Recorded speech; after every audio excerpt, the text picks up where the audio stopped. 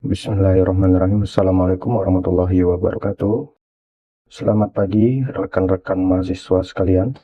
Berjumpa kembali dengan saya Hairul Katsirin dalam mata kuliah Fintech Syariah. Pada pertemuan kali ini kita akan masuk ke dalam pembahasan sebuah instrumen keuangan digital yang sangat dekat dengan kehidupan sehari-hari dan sedang menjadi tren di masyarakat, yaitu peer-to-peer atau P2P lending syariah. Rekan-rekan sekalian, akhir-akhir ini kita tentu sering sekali melihat berita di media sosial mengenai masyarakat yang terjebak oleh pinjaman online konvensional atau ilegal. Banyak mereka yang terjerat oleh bunga yang tinggi yang mencekik hingga mengalami teror finansial yang meresahkan.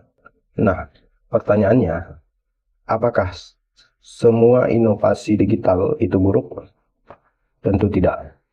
Islam hadir memberikan solusi digital yang aman, adil, dan berkah.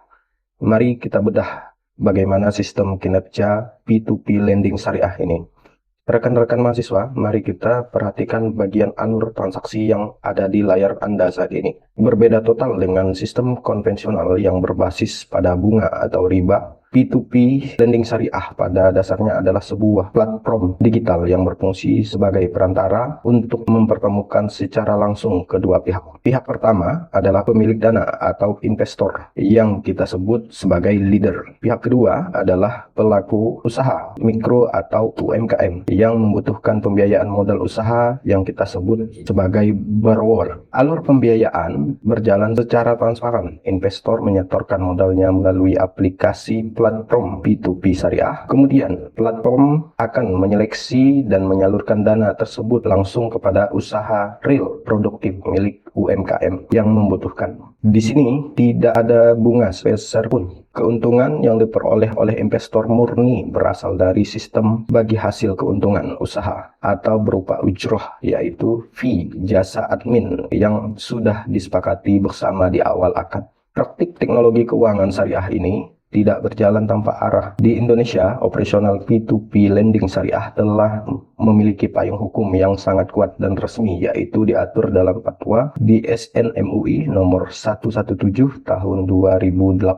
Dalam fatwa tersebut ditegaskan secara tegas bahwa seluruh hubungan hukum di dalam platform wajib terhindar dari unsur riba, gharar atau ketidakpastian, dan maisir atau perjudian. Akad-akad yang digunakan pun harus berdasarkan prinsip syariah seperti akad wakalah bil ujroh untuk pengelola platform serta akad mudharabah atau musyarakah untuk pembiayaan usaha. Konsep bergotong royong memajukan ekonomi lewat teknologi ini sangat sejalan dengan spirit Al-Quran dalam surah Al-Maidah ayat 2, di mana kita diperintahkan untuk saling tolong-menolong dalam kebaikan dan takwa. Nah, sebelum kita masuk ke sesi praktik tatap muka dan diskusi kelompok di kelas nanti, saya ingin menantang daya kritis rekan-rekan mahasiswa sekalian dengan sebuah studi kasus nyata. Bayangkan jika ada seorang perilaku UMKM menerima modal usaha dari platform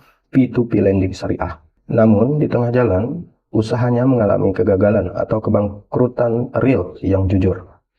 Bukan karena kelalaiannya, sehingga ia mengalami gagal bayar. Pertanyaannya, bagaimana skema penyelesaian risiko tersebut yang sah menurut Fatwa DSN MUI? Apakah platform P2P lending syariah diperbolehkan mengenakan denda keterlambatan yang bersifat akumulatif seperti halnya pinjol konvensional? Silakan rekan-rekan sekalian cari literaturnya, diskusikan bersama teman kelompok Anda, dan kita akan bedah tajam argumen kalian pada sesi praktik mengajar di kelas nanti. Tetap semangat, terima kasih. Wassalamualaikum warahmatullahi wabarakatuh.